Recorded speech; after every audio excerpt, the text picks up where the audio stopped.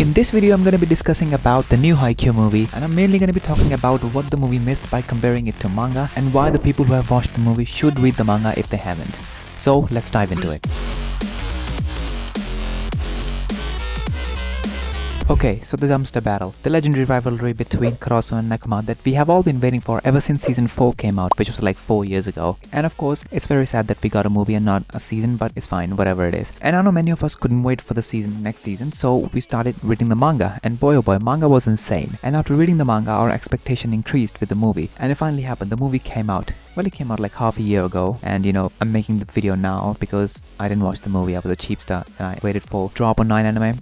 Hey, don't blame me. Many of us are like that, okay? I'm pretty sure you guys also didn't go to the cinema and watch the movie. You guys watched it in 9 anime. Shut up. Don't judge me. So I saw the movie, and honestly speaking, it was kind of disappointing. But I would say the movie was good if you're talking about a movie standard, but if you're talking about like Haikyu standard, it wasn't that good. So if I have to rate the movie, I would probably give it like a 7 out of 10. I'm a Haikyu fan, okay? So you can't blame me for giving it a 7 out of 10 and not like a 9 or 8 out of 10. But I mean, it's a movie, like 90 minutes. What do you expect? Because there was so much to cover. They cut out so many scenes, which I'm going to be talking about in the later, because boy oh boy, there were a lot of like main scenes that they cut. So let's talk about the build-up and expectations.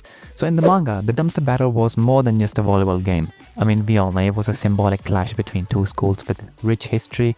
Kurosano, who wants to reclaim its former glory, while Nakama, who aims to maintain its reputation as the cats who always preserve, or more like how Kuro says, "You'll always get the last laugh."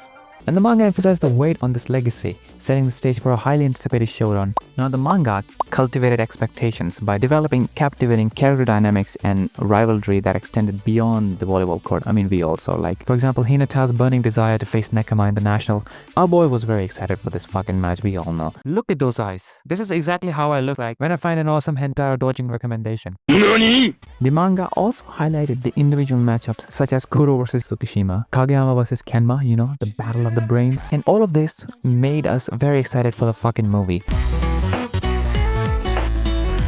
Now, if you want to talk about the movie visually, it's a treat. The animation is crisp, the action sequence are fluid. I mean, they should be when you're spending like 1.5 years making this shit, but that's one thing that I really like about movies, because they put a lot of efforts in the details, and that I will give it to them. It was amazing. But I would say that's all where it ends. I mean, of course, we got some amazing scenes. So the movie, basically, what the movie did, it turned an epic showdown into a highlight reel. We all can see that. Key moments that defined the mangas were rushed, or fucking they completely just skipped them. What the fuck? So, for example, take a look at this. This is Asahi's service ace.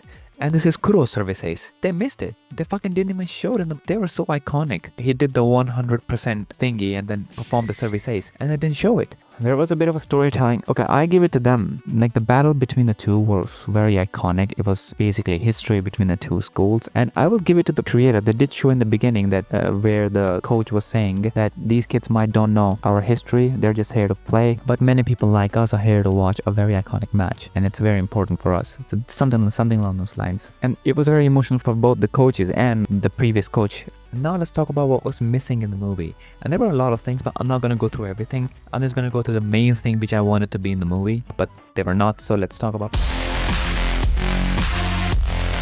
First of all, Asahi's struggle. Okay, they should have shown a little bit of Asahi's struggle, because in the manga he was struggling quite a lot. Because every single one of his spikes, most of his spikes basically, they were getting received, and he's the ace. So they should have showed a little bit of his struggle against Nakama, but they didn't.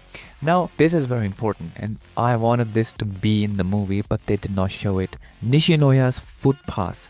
Bro, how the fuck did they miss it? Like, they did not show it. I was super mad. I watched the entire movie and I was like, well, where is this pass? This is the most iconic pass. Why the fuck is it not there? That is good enough of a reason to deduct 1 point from the rating. But there was also a very important scene which was in the movie, but it was so rushed. People, I'm pretty sure they didn't even catch it. Basically, you remember Nishinoya, when they were practicing against Date Tech, Nishinoya made a receive and he blocked the way of the ace. In the manga, there was a scene where it made the receive and then he moved out of the way to make the way for the guy who was standing behind him. But in the movie, it was rushed. I will basically play it for you. This was the scene.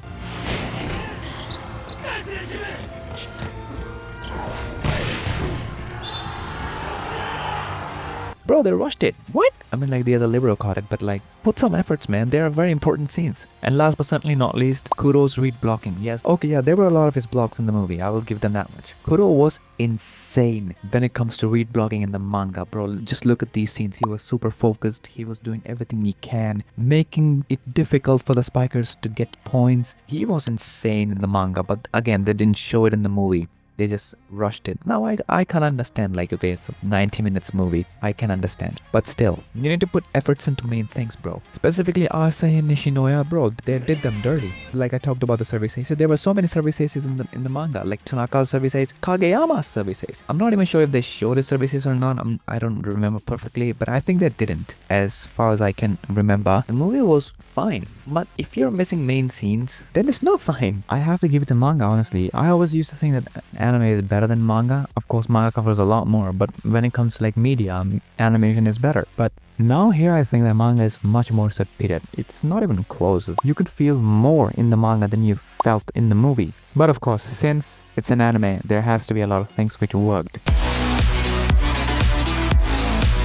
The fast-paced action, I would say, somewhat felt very aggressive, and that actually was good, not gonna lie. You know, when shits go really fast, for example, Kuroko no Basket, the reason why I like it is because it's very fast-paced. And for the fans who just wanted to see the dumpster battle in action, it's a treat, honestly. It's a visual treat, considering the animation that we got in the season 4, which a lot of people were complaining about. If you only watched the movie for the battle itself, then it was good. If you're not a big Haikyu fan. And of course, the sound effects, the soundtracks, you know, these are things which you expected from the movie anyways. I'm not even going to talk about. So what's the conclusion? So where does this leave us? The Crossano versus Nakama dumpster battle in the movie, visually stunning spectacle, but it lacked the heart and depth, which was very important for the fans. If you're a Haikyu fan, the manga remains definitive experience for this legendary match. You have to watch. There were a lot of people on the Reddit who actually says that if you watched the movie, you should go read the manga because then you would feel the intensity of the match. So let me know in the comment section below, what do you think of the movie? And don't forget to like and subscribe and turn on post notifications so you guys are not late when I upload my next video.